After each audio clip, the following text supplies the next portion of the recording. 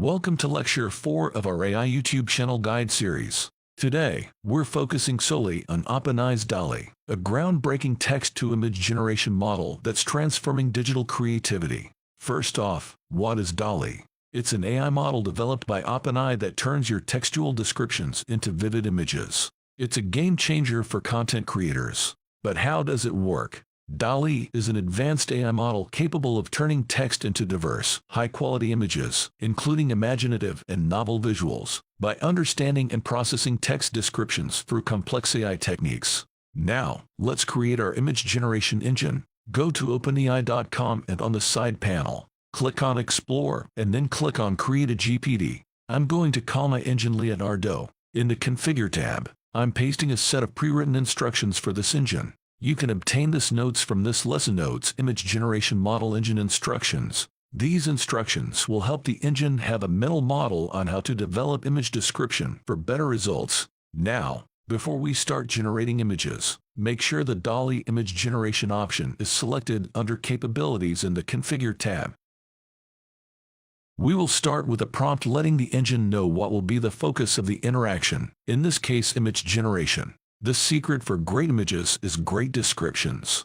The machine doesn't know what you didn't tell it, so you need to be as specific as possible. As you will see, even when we're specific, the engine might fail to generate the images we want right away. But with chat fine-tuning, we can push the limitations really far. First, we start asking the engine to generate a small island in the Caribbean, and as you can see, I went on and described a full picture. Thanks to this rich description of the image we wanted, we were able to get great results. One good tip to generate great images is to close your eyes and think about the image you want to generate. Once you see the image in your head, start describing it to the engine. This way you will be able to avoid forgetting important details. For the first image, the engine performed great. We need to let the engine know that it did a great job, not because it needs compliments, but because whatever it did resulted in a great generation, and we reinforce good results to increase the possibilities of good results in future generations. Now we will prompt the engine to generate a vector image of a lion,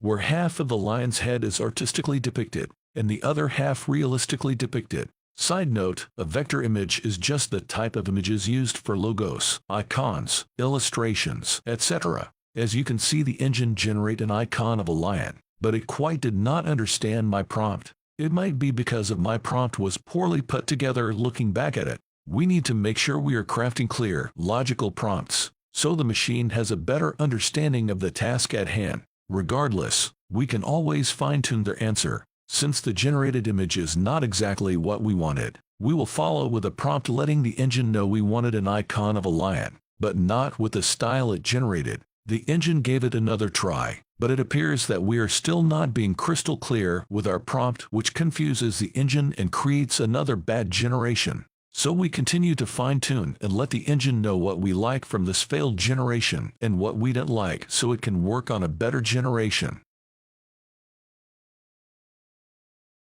Finally, after some back and forth with the engine, it understood what type of image we wanted to generate. We now positively reinforce the engine with a great job and prompt the engine to work on the next task. An image of two gladiators fighting in the ancient Roman Colosseum in front of thousands of spectators. As you can see, the engine did a great job with this one from the go, but it did overpopulate the arena, so we prompt the engine to place the audience on seats in the arena, and the second generation accomplishes that. We then prompt it to generate a Julius Caesar image. We did not add a lot of details in this prompt, but since we have already fine-tuned our engine, it kinda knows what type of images we are trying to generate. The engine is performing well at this point, but we can always improve it. For example, we now prompt the engine to generate an image of a victorious gladiator standing tall next to his defeated opponent in the arena, and it generated exactly that. But if you look closer, it added stadium lights to the Colosseum.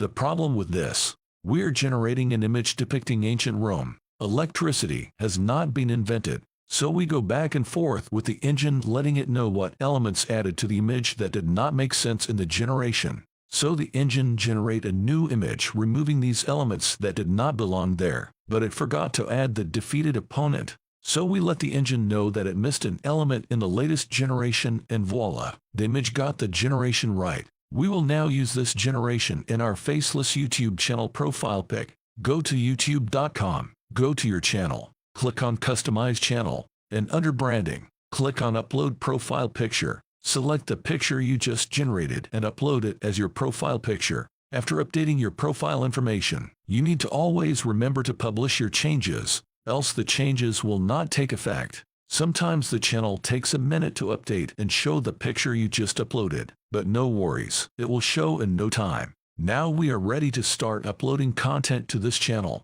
On the next lesson, we will focus on planning and mapping out the content for our channel.